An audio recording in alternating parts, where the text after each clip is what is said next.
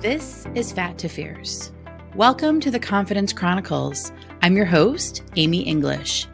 Join me on this empowering adventure towards a healthier relationship with food, body, and self, one delicious bite at a time.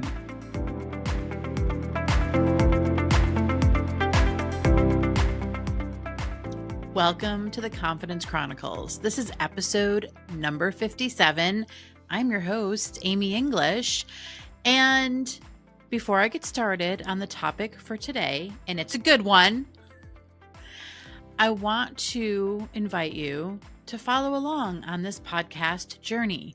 Be sure to click the follow button if this episode is helpful, if any of the episodes have been helpful for you. Because here's the thing, following along is going to do two things, maybe more, but two that I can think of right now. It's going to let you know when a new episode is available, okay, which is typically every Thursday, but it's also going to, the more followers I get, the more other people learn about this podcast, okay? The more it reaches other podcast listeners. And we know that overcoming emotional eating, creating a more positive, healthier body image, and getting out of the toxic diet hamster wheel is a pretty important topic. And this is something that a lot of people need support with, specifically when it comes to overcoming emotional eating, and especially now. And before I get started on the topic for today, I am going to divert a little bit because I want to say something. If you are stress eating more than normal right now, okay, because there's a lot happening.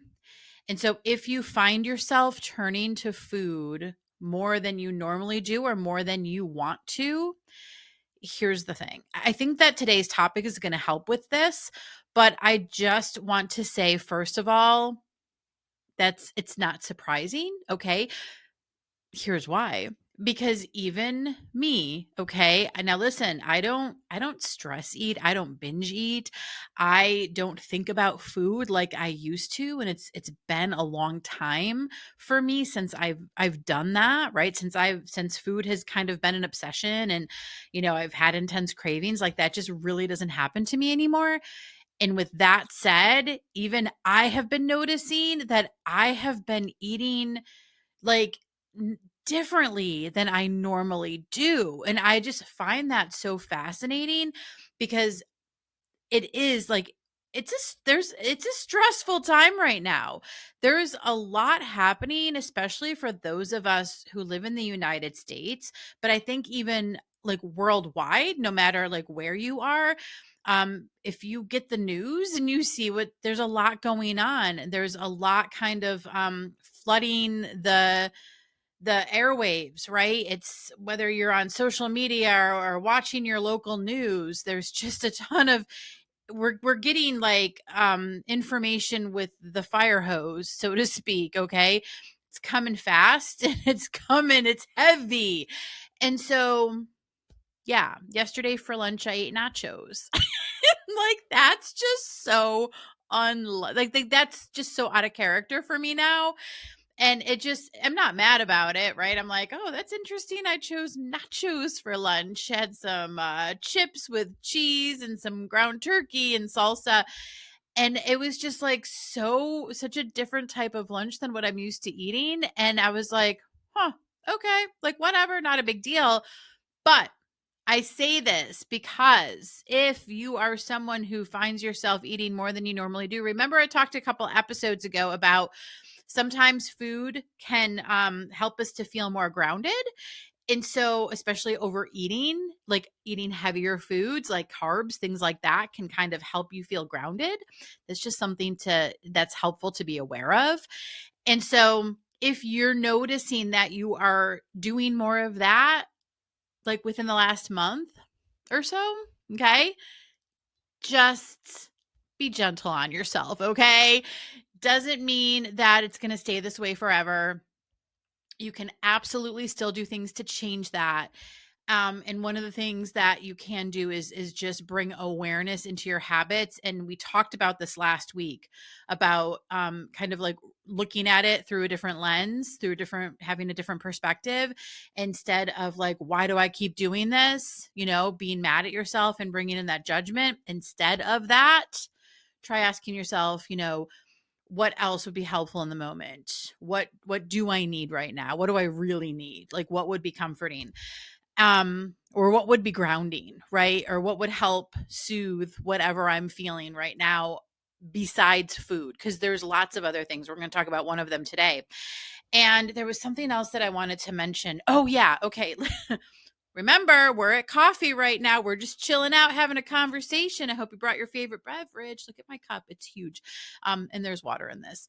Anyway, here's the other thing that I want to share. And listen, if you've listened to other episodes, you've heard me say this before, but it is just really important for me to say again. If food has been a source of comfort and pleasure for a long time, okay, in your life, if you have turned to food for this before, okay, or for a long time, for many years, then it's going to take some time and effort to find healthier alternatives, okay? To find different alternatives, right? And I'm using the term healthier like things outside of food, right? Whether it be exercise, which is our topic in a minute, or journaling, or listening to music, reading a book, um watching a movie, a feel good movie. Oh, this is another thing. Man, me and my little side tangents here. I am realizing how much certain shows and movies impact me. And I am being very careful on what I watch, even in that realm. Okay. Even when it comes to TV shows and stuff like that, I am just being very mindful. My husband and I rewatched 1923. It's one of the Yellowstone prequels.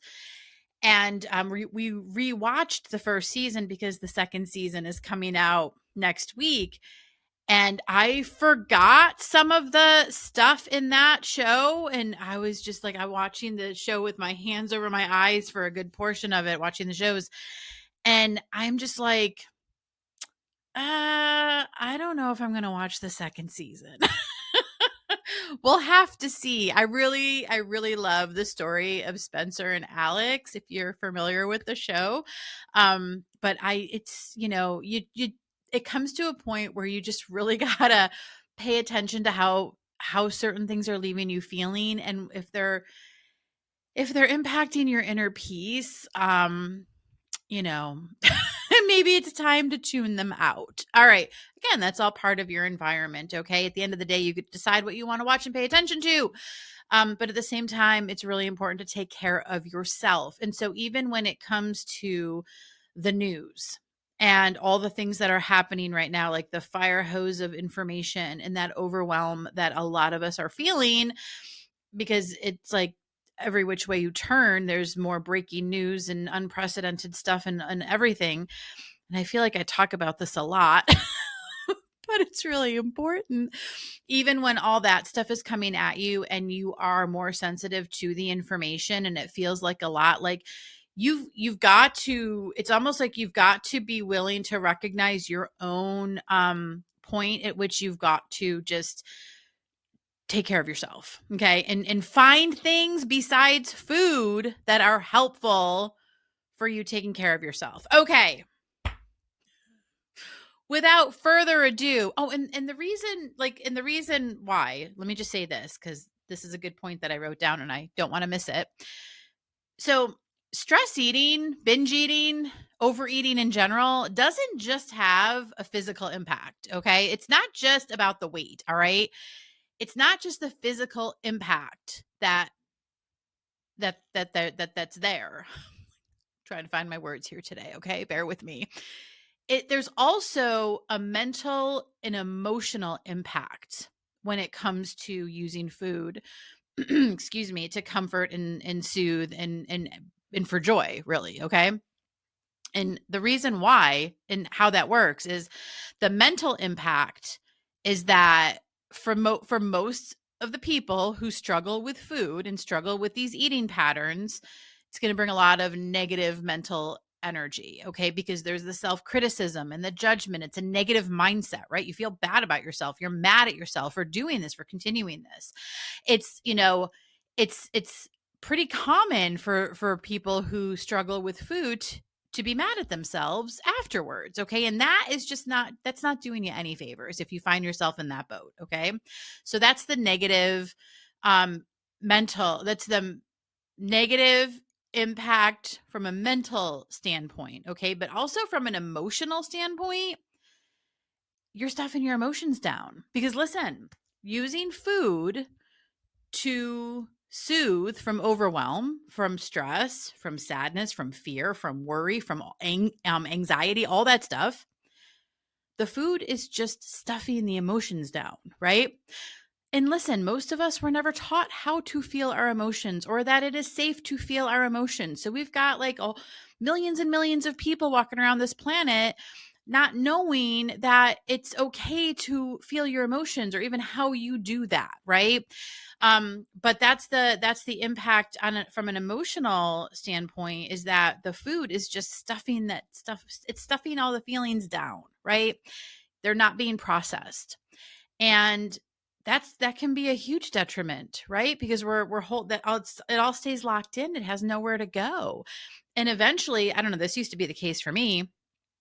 Eventually it would kind of just like bubble up and explode, right? I have like an explosion of like emotions come out, and also not helpful, right? And then that would trigger the mindset piece, and you see, like, it just kind of like keeps you stuck in this cycle, and it's just not fun. So it can be really useful while you're in the process of changing these habits, of changing these patterns with food, to find some healthier alternatives. Okay. Really important. All right. So where does that take us? Here's what's been on my heart the last couple of days, actually. And I decided to focus on this for this particular episode as a result of what came up for me. And it's like this. So I don't know about you, but I struggle, and I have struggled for a long time, to be consistent with exercise. And it's just been this thing. Like I'll be real consistent for a while, and I'll, cuz it's really important for me to move my body every day. Um as I was learning more about myself in the human design world, I realized that exercise is actually very important for me as a manifesting generator. For those of you who dabble in human design, you'll understand that. Anyway, exercise is good for me. Okay. Just moving my body, whether it's a walk or doing some cycling or more intense exercise. Okay. So I like to try to stay consistent with that. But there are times that doesn't happen. And I'll go several days without exercising. And I can feel it, right? It's kind of like if I don't get in my, 80 to 100 ounces of water a day, I can feel it, right? I feel the difference.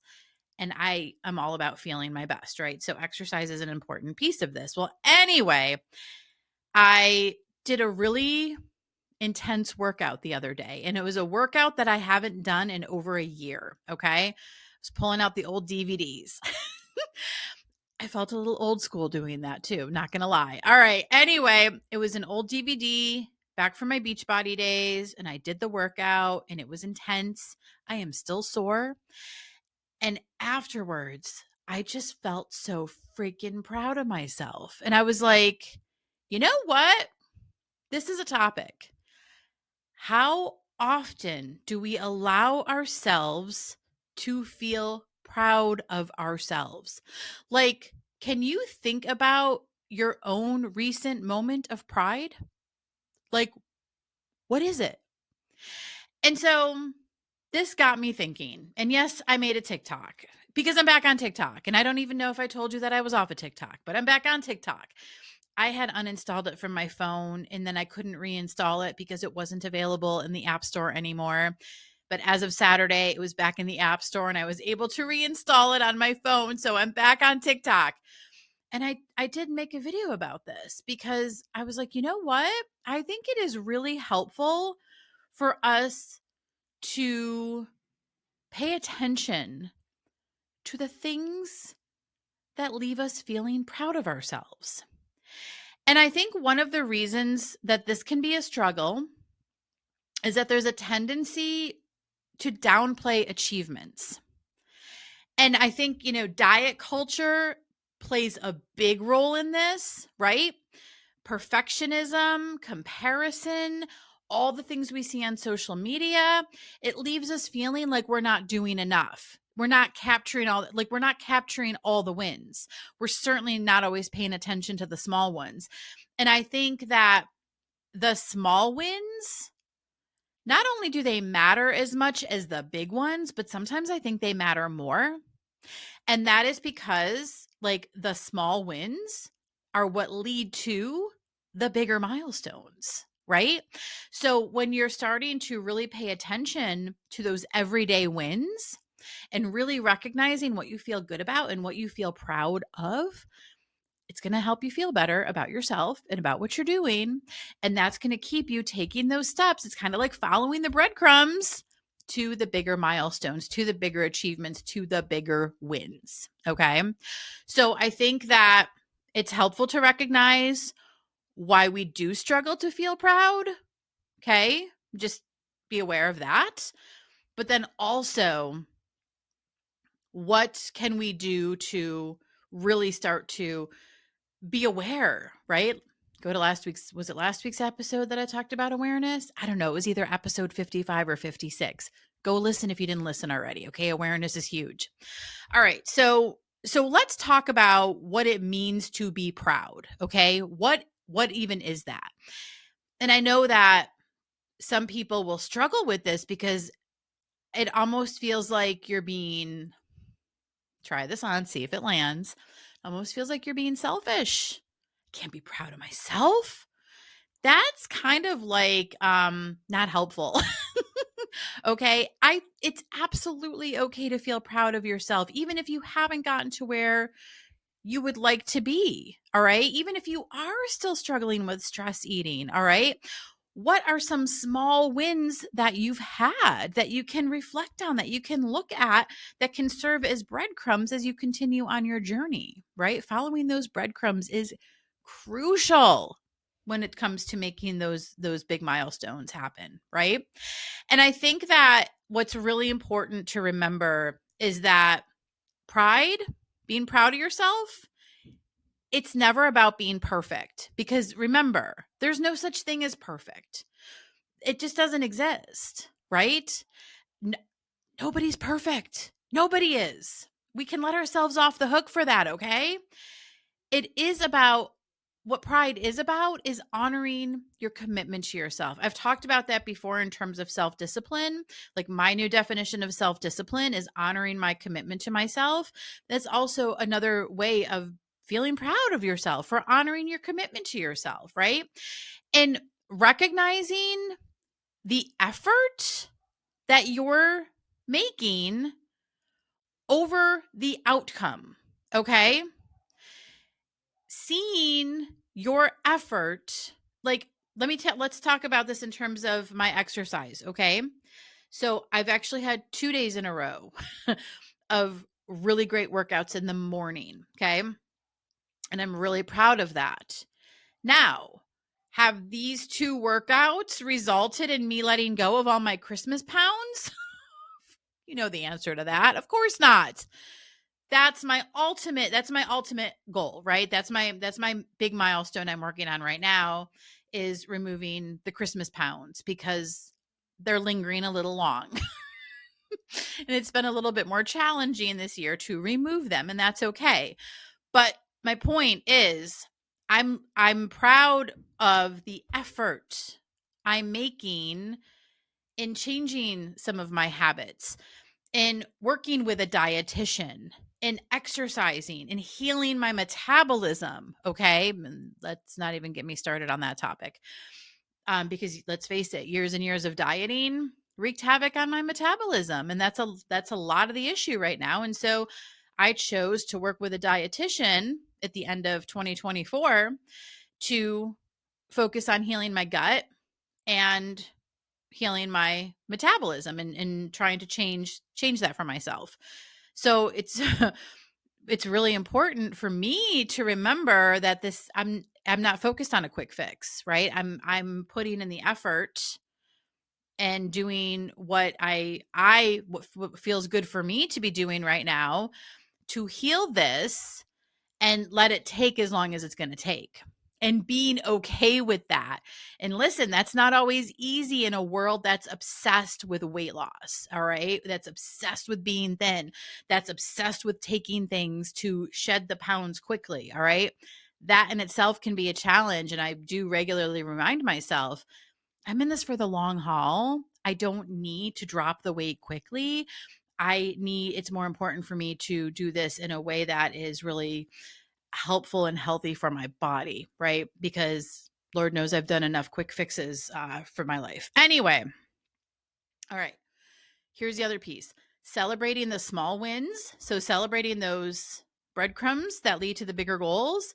It's going to build momentum. And this is how you build self-trust. Okay? Because as you're celebrating your wins along the way, and you're seeing how, and you're feeling proud of yourself, okay, for these breadcrumbs, for these smaller wins, these smaller goals, you're witnessing how you're honoring your commitment to yourself, okay? That is building. Every time you honor a commitment to yourself, think of that as like building your self-trust muscle, okay? It's huge, right? And I will just throw this in for fun. Part of overcoming emotional eating, all right? A lot of people feel that they're never going to be able to stop that because they can't trust themselves. Guess what? When you're building your self-trust muscle, it's going to make it a heck of a lot easier to change your habits with food. It just is, all right? I won't say that it's easy, but it's going to make it easier to build that trust muscle, all right? Okay, so how the heck do we cultivate more moments of pride for ourselves? What do we do? How do we do this? Daily check-ins, all right? This is where you're going to want to take some notes. So get whatever you need to take some notes. What is one thing you did today that you feel good about, that you're proud of, that you did? One thing, okay? Keep a pride journal if you want of just like to track those small victories, to track, I like calling them breadcrumbs. I don't know, call them whatever you want. But like if you keep a journal and kind of just track all the things that are going well, right? If that's helpful for you to write it, do that. For me, I will either, I'm still doing my 3 things that are going well every morning. In fact, you know what? I didn't do that today. So I'm going to do that when I'm done with this. But every morning I write down 3 things that are going well right now. That's all part of this, right? And that's helping me really reflect on what's going well. And I don't know if you remember from previous episodes, but I talked about how hard that was in the beginning when I started this about 20 days ago. It's become so much easier to find the things that are going well. Okay. So just keep that in mind, because when you are beginning to track your breadcrumbs or your small wins or the things that you're proud of, it might feel challenging in the beginning to find things. Stay with yourself. That's okay. Pick anything, right? Maybe it was just getting out of bed today. You feel proud that you got out of bed today, or you feel proud that you made your bed today. That's something I do every morning. I have to make our bed. It just, it's a habit I started many years ago. And it's like my day does not begin until I make that bed. Brushing your teeth, just taking care of your hygiene, right? These are all things that you can be proud of. All right. And the more you focus on these things, that's going to make it easier to find more things. Okay. You're going to start to see more as you're practicing this. Okay. So some other ways to cultivate like more moments of pride is, okay, so we talked about the question, what is one thing I did today that I feel good about? All right. You can keep a pride journal to track all your small victories. Write them all down somewhere. Shifting your self-talk, okay? From, oh, that's not a big deal, to this matters because I matter. Like, I could easily say, oh, I worked out today. That's not a big deal. I'm supposed to be doing that. Like, no, this matters. It matters because I matter and because I'm honoring a commitment to myself and I'm doing something that leaves me feeling good and that I feel good about. Okay. So it is a big deal. All right.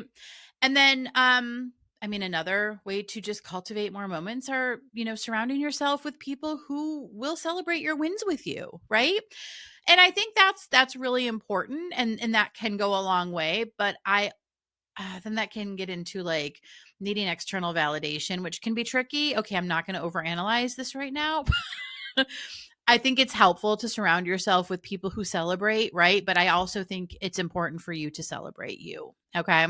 And celebrate your wins as well. And if you can kind of begin to do that where you're celebrating yourself, I think that's also going to be helpful in bringing in more people, surrounding yourself with like-minded people, right? That's kind of how that's going to work out for you.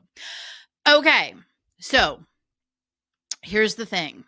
What I'm going to invite you to reflect on. What is something you've done recently that makes you feel proud? Will you share it? Share it with me.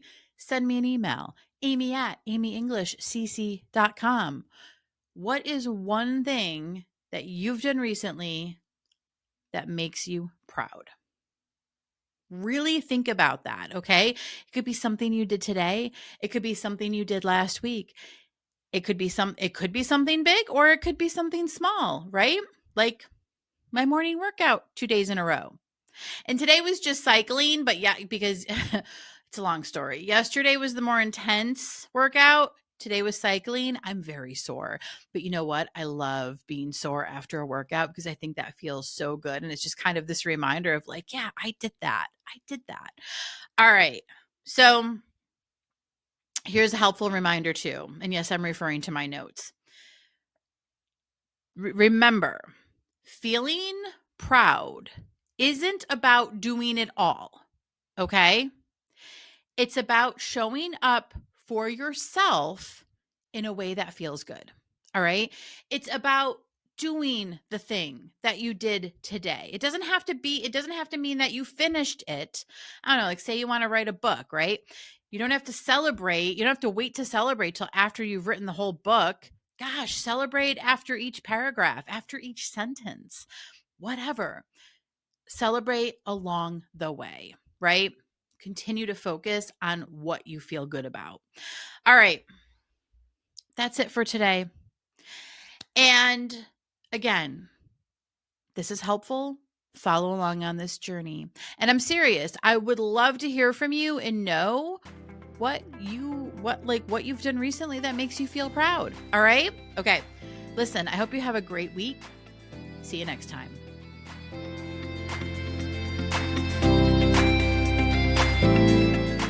Are you ready to break free from stress eating and body shaming?